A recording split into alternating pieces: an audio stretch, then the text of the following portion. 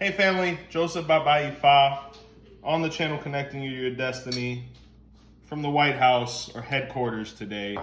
I'm making an 𝘃𝗵𝗃 for Oshun. That's my daughter.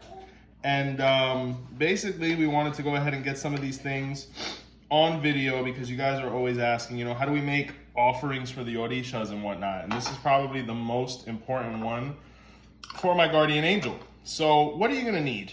You're gonna need some garlic to be able to start, kind of breaking those flavors down. You definitely want onion. You definitely need some tomato. That's a lot of tomato.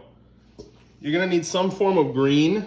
This is a 𝗃𝗃𝗃𝗍 or bok choy. Some people use 𝗿𝗲𝗍𝗃. I personally don't because the 𝗃𝗶𝗸𝗲 shouldn't work that much with the herb 𝗿𝗲𝗍 or watercress because in 𝗃𝗶𝗍𝗃 was where 𝘃𝗏𝗃 betrayed 𝗃𝗏𝗃 with it. So we use bok choy, but collard greens, mustard greens, whatever you want to utilize, technically they're all applicable because it's a bitter green. Yes, baby, it's a bitter green. So that works too. You definitely need your eggs, right? At least 5 because that's her number. And you want some shrimp. Some people use dried shrimp, but me personally, I always like using a fresh one. So I got this from a supermarket nearby. More than enough shrimp. Came out to $3.50. I mean, the whole 𝗵𝗶𝗍𝗃, when you really break it down, is going to come out to less than $20, and it gives huge results, right? So Oshun really loves eggs because she has a lot to do with the hen, the egg, etc. The Odu, even though the 𝘃𝗵𝗃 isn't necessarily in any particular sign that I can recall at the moment, one of the ones that speaks of it is the 𝗿𝗶𝗸𝗲𝗍, right? Or it speaks of the golden eggs. Another Odu that speaks of it is 𝗿𝗶𝗸𝗲𝗃. But the actual egg is spoken of in 𝗿𝗃𝗃 because in 𝗿𝗃𝗃 was where the hen would tell everybody she was going to lay eggs and have beautiful children. But her enemies, the worms, would eat the eggs from below. So what she ended up having to do was an offering with the basically unfertilized egg, and make like an omelet and offer it to Oshun so Oshun would give her children, right? So that's kind of the concept behind it. The baby's fine, by the way. She's just arguing with her penguin. So at this moment, we're just basically reducing a little bit of oil. You can use olive oil. I'm using coconut oil personally to be able to break it down. And the first thing we're gonna cook is the shrimp just to make sure it's cooked through, right? Before we start working on other ingredients. So, and just like that, we're back. So at this point, I'm starting to cook the shrimp. It's smelling wonderful. And what I'm gonna go ahead and do is add some of the garlic so that it can start reducing. Give it a little bit of flavor.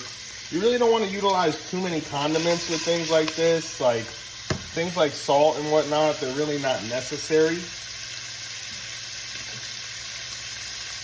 But you always want to kind of use your own discretion. And this is a great thing to refer back to your elders with because there's 100 different ways of making this dish.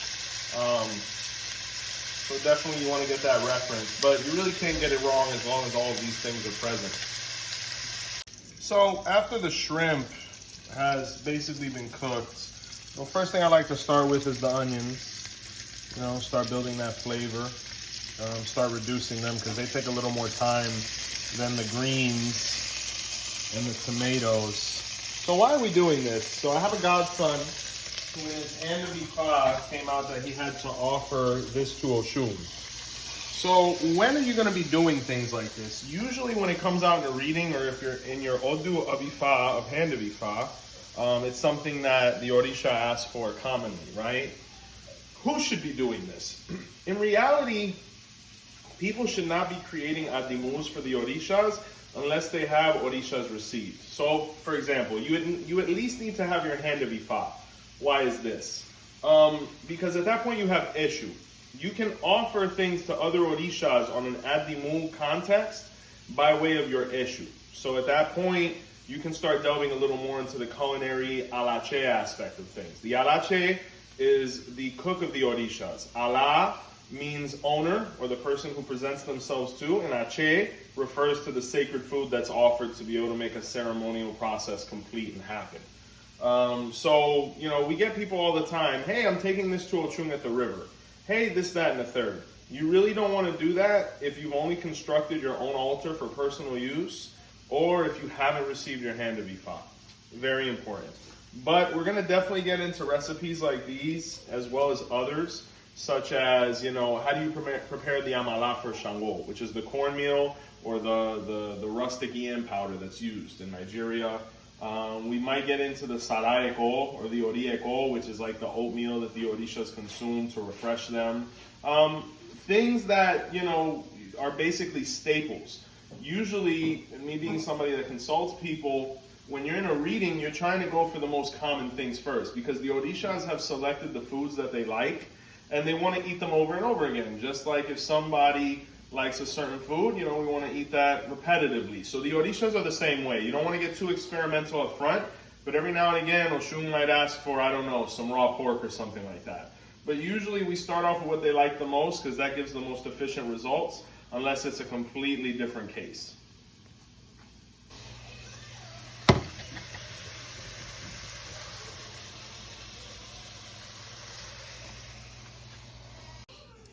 So guys, here we have it, a finished 𝗃𝗃𝗃, bok choy, garlic, onions, tomatoes, shrimp, and eggs, right? Some people have the culinary prowess to be able to turn this into an omelet.